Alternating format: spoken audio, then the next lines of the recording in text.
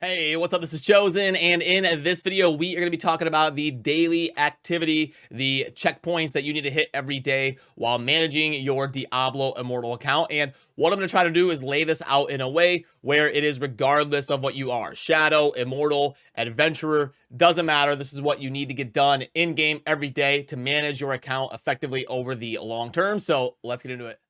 And a huge shout out to Bloodline Heroes of Lithis for sponsoring today's video. New legends will be born. You can try it out completely free of charge via the links provided down below or by using this QR code. Now, Bloodline Heroes of Lithis is a new mobile game hitting the scene as a Western fantasy with full 3D graphics, providing a great mobile experience that has smooth and easy controls on a vertical screen.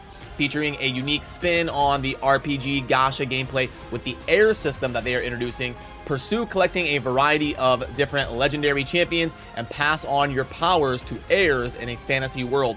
Full control over choosing your path to make your house stronger by merging bloodlines with light sim gameplay that enables the building of your own kingdom and economy. So why not try it out completely free of charge? I've provided everything you'll need in the description and the pinned comment. Also, make sure to take advantage of the gift code provided to obtain 20 infantry packs, 100,000 gold, and 100 diamonds. New legends will be born. Download free now.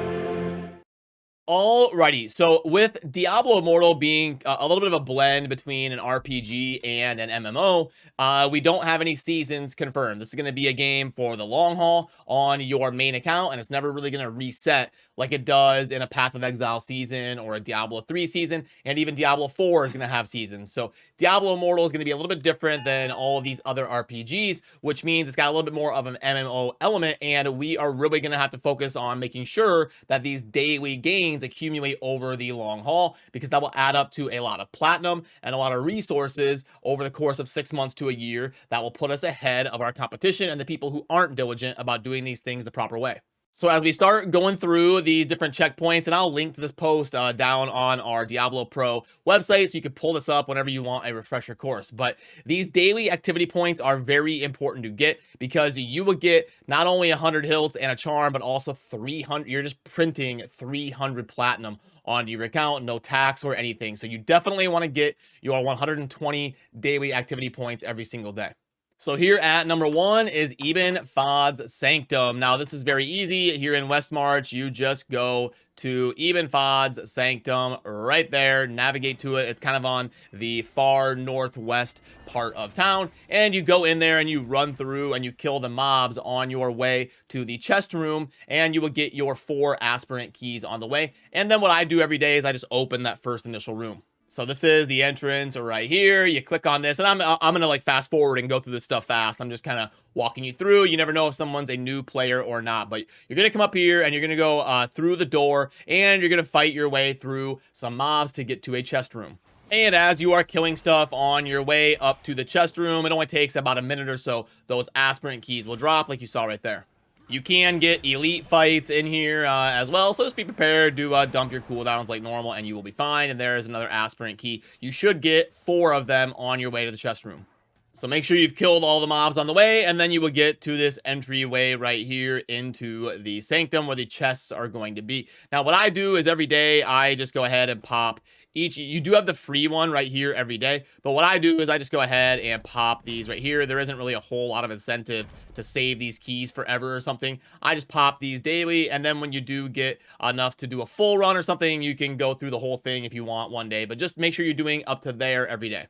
You also want to make sure you're clearing 3 Elder Rifts every day to get Daedessa's Blessing. Now, this is also a good opportunity. Sometimes, if you don't do these for a while, your rare crests will start to stack up. So it's a good opportunity to stay low on those and run up to 9 a day just by doing those to get the Daedessa's Blessing.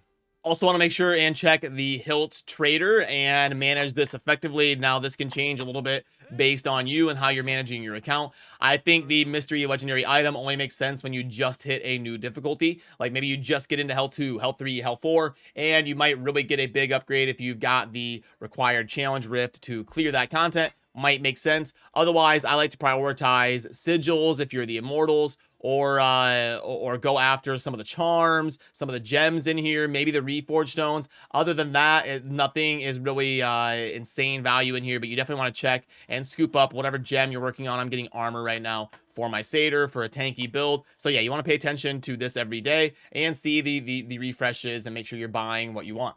Also, a good idea to make sure you are getting your 3 bestiary turn-ins every day. It's a really good source of consistent XP and legendary drops. You get you get those turn-ins by getting the monster essences. You can actually see them in your inventory. I just had a turn-in, so it looks like I don't have any. But yeah, when you have monstrous essences, when you get 10 of them, you can come up to the bestiary and turn them in, and you'll get a little bit of XP, some items, and every now and then there's a lot of argument on what the RNG is on it. It's about like a 1 in 4 or 5 chance to get a legendary drop on it, so worth doing that every day, not only for the XP but also those Lego drops.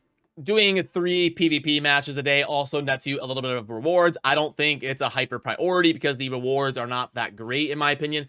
I think the PvP matches should give you something special, like if you finish your 3 PvP matches, you get a couple gem power or something. Then there would really be an incentive to get people in there participating in PvP. It needs to give a special reward instead of just the typical stuff that we can get everywhere else in the game. So hopefully they add a little bit.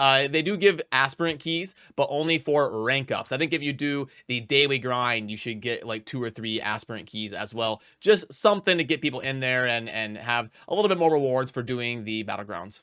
Also want to make sure and check if you can progress your challenge rift. This is hyper important for when you are getting ready to go to a new difficulty. You need to hit a certain challenge rift threshold to unlock those drops when you're like gambling and stuff like that. And you also want to make sure you are scooping up as many enigmatic crystals as you can to upgrade your gear on the left side at the blacksmith.